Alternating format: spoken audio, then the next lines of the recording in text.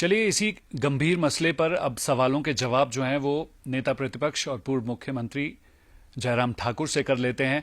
ठाकुर साहब, आपसे जानना चाहूंगा, जिस तरीके से इस बार जो मॉनसून का सत्र चल रहा है उसमें एक ऐसा टॉपिक डिस्कस हुआ जो हिमाचल प्रदेश की वित्तीय हालात को लेकर है। जिस तरीके से मुख्यमंत्री ने कहा कि वित्तीय हालत जो है वो काफ़ी नाजुक है, 90,000 करोड़ का कर्ज जो है वो हिमाचल प्रदेश पर अब हो चुका है, लेकिन दूसरी तरफ ये तमाम जो सिचुएशन बनी है उसका ठीकरा जो है वो आप पर फोड़ा है, क्योंकि 5 साल तक आप मुख्यमंत्री रहे। मुझे इस बात को लेकर के हैरानी है कि हम पर कब तक ठीकरा फोड़ते रहेंगे। जब मैं हिमाचल प्रदेश का मुख्यमंत्री बना था 2017 में, तो लगभग 50,000 करोड़ रुपए का ऋण पूर्व की सरकार छोड़ करके चली गई थी जी। और जिसके लिए हमने कोशिश की उसका ऋण अदा करने के लिए, ब्याज की किस्तें अदा करने के लिए। और मैं ये कहना चाह रहा हूं कि सबसे अगर न्यूनतम स्तर पर अगर ऋण लिया है तो हमारी सरकार ने लिया है। लिमिट जो जितनी थी हिमाचल प्रदेश की ऋण लेने की, हमेशा उससे हमने कम लिया है। और यहां सुक्खू जी जब से आए हैं, 2 साल होने जा रहे हैं, रोए जा रहे हैं ऋण को लेकर के। जैसे कि पूर्व की सरकार, जब मुझसे पहले वीरभद्र सिंह जी थे, जो वो मुझे यहां पर जो है नो ड्यूज सर्टिफिकेट देकर के गई थी कि कोई ड्यूज नहीं है। कर्मचारियों के एरियर पेंडिंग थे, डीए पेंडिंग था, पेंशन के और भी बहुत सारी लाइबिलिटीज थी। हमने की वो पूरी जितना कर सकते थे की। और दूसरी बात, जो मुझे कह रहे हैं, अरे सुक्खू जी, मैंने हिमाचल प्रदेश में 5 वर्षों में 19,500 करोड़ रुपए का ऋण लिया। इससे ज्यादा ऋण मुझसे पहले वीरभद्र सिंह जी ने लिया था 5 वर्षों में।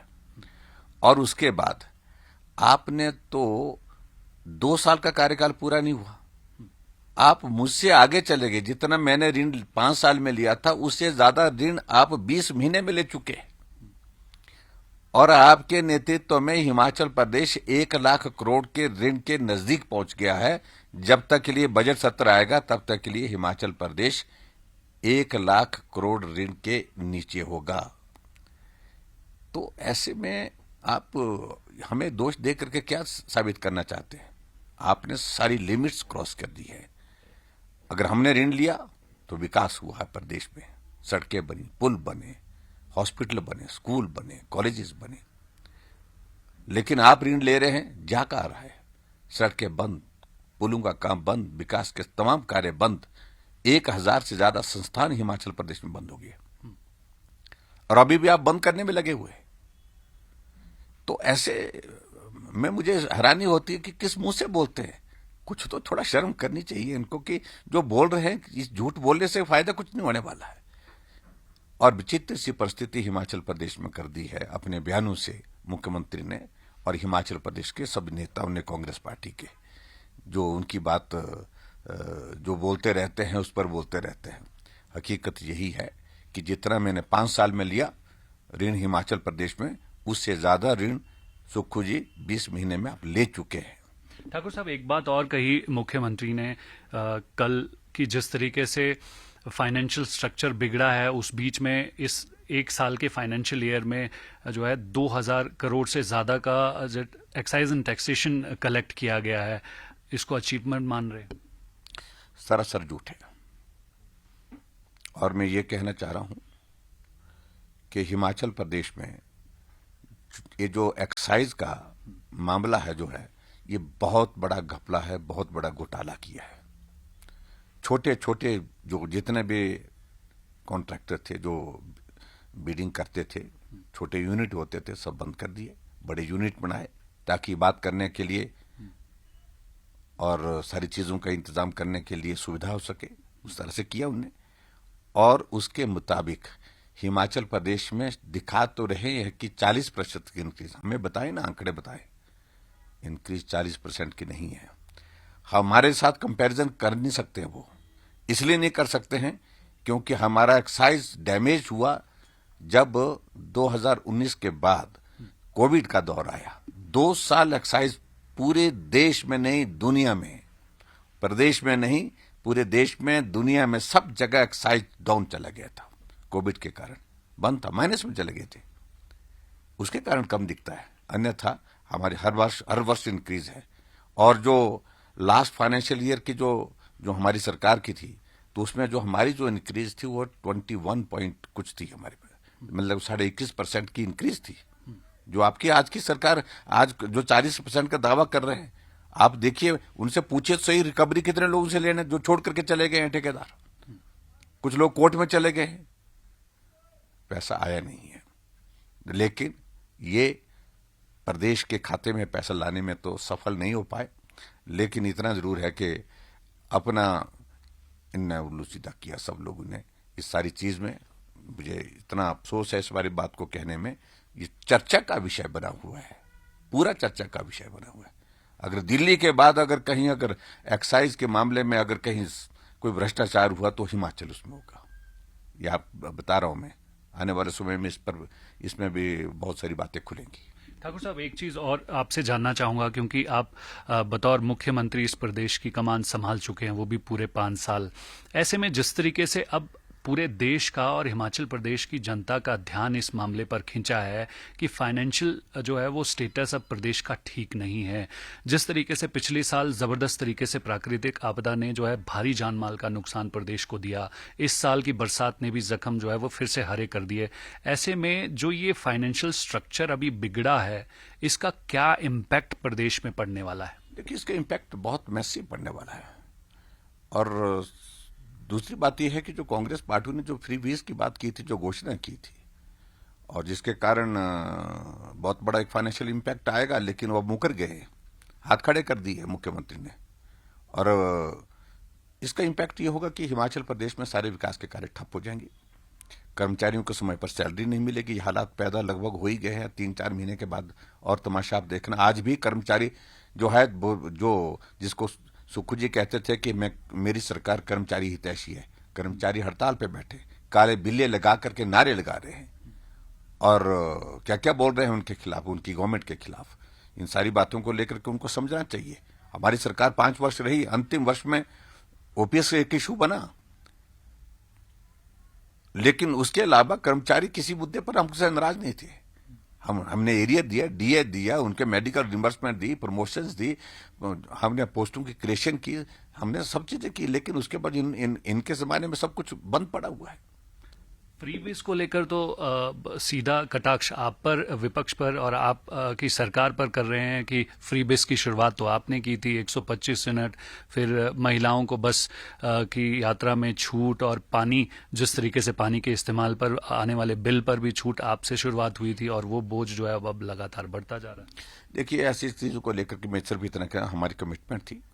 हमने कहा हिमाचल जो है पावर सरप्लस स्टेट है, हम दूसरे स्टेट को बिजली बेचते हैं, और ऐसे हालात में जो गरीब लोग हैं उनके लिए बिजली हमको थोड़ा, जितनी वो कंजम्पशन करते हैं, हमने पता किया, सर्वे किया, इसका स्टडी किया, ऐसे नहीं किया, और मालूम पड़ा कि जो गरीब आदमी जो है, मध्यम वर्ग का आदमी जो है, वो 100-120 यूनिट तक खर्च करता है। हमने 125 यूनिट फ्री किया, उसके बाद तो फ्री नहीं था, लेकिन एक वर्ग के लिए किया, और उसके कारण कोई फाइनेंशियल इंपैक्ट इतना ज्यादा नहीं था कि जिसके कारण जो बिल्कुल प्रदेश की आर्थिक स्थिति बिल्कुल डमाडोल हो गई। लेकिन उसके बावजूद इन्होंने तो वादा 300 यूनिट का किया था, अब तो बोलते हैं कि 125 यूनिट भी संभव नहीं है। अरे आप तो झूठ बोल करके आए, तो हमने तो चुनाव में झूठ नहीं बोला है।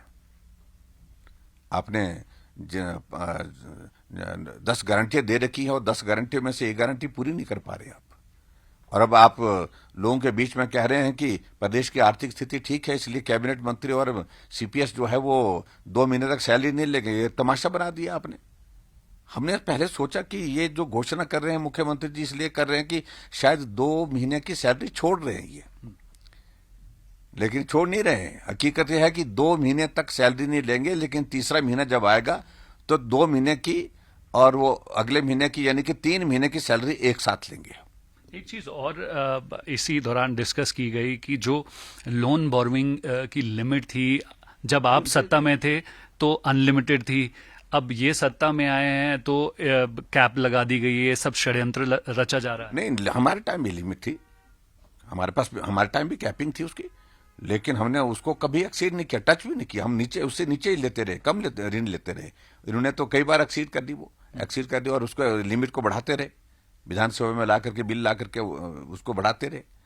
तो ऋण की बातें सुक्खू जी अब ना करें, काम की बातें करें। आप बहुत बदनाम हो गए हैं झूठ बोलते बोलते हिमाचल प्रदेश में, और ये झूठ अब लोगों को समझ में आ गया है कि जो भारतीय जनता पार्टी की सरकार जो कम से कम हकीकत तो बोलती थी, हम बोल देते थे कि संकट है, यहां इतना कर होगा, लेकिन यहां तो ये बोलते नहीं है।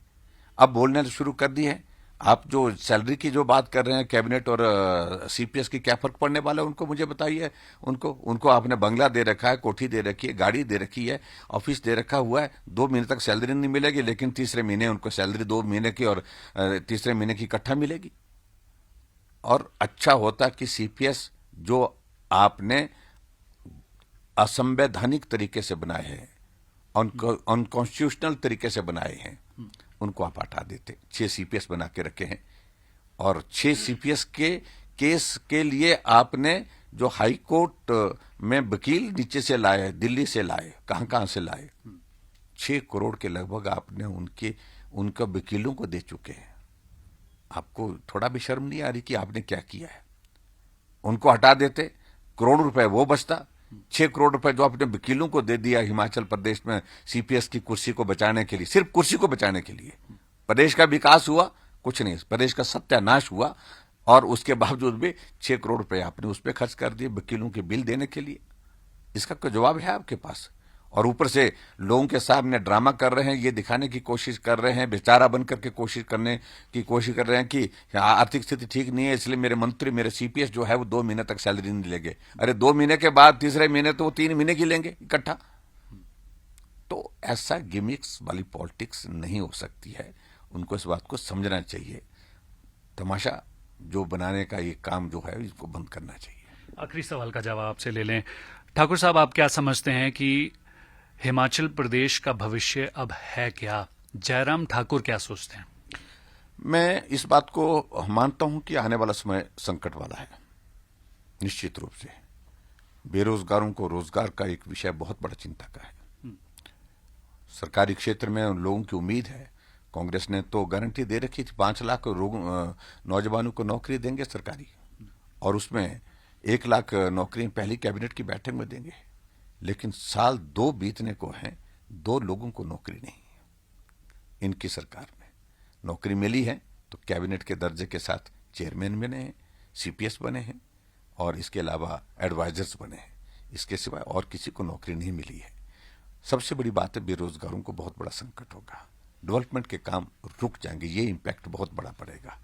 और इन सारी चीजों से बाहर निकालने के लिए सरकार को शुरुआत अपने से करनी चाहिए, अपने से खुद से शुरुआत करनी चाहिए, और कदम उठाने पड़ेंगे। सख्त कदम उठाए बिना संभव नहीं है, लेकिन ऐसे तौर तरीके नहीं जिसमें जो है ड्रामा ज्यादा दिखे, जो और उसके बाद उसमें जो है उससे आर्थिक स्थिति जो है सुधरने की गुंजाइश ना हो, जैसा अभी उन्होंने किया है कि 2 महीने की सैलरी डेफर कर दी, 2 महीने के बाद लेंगे।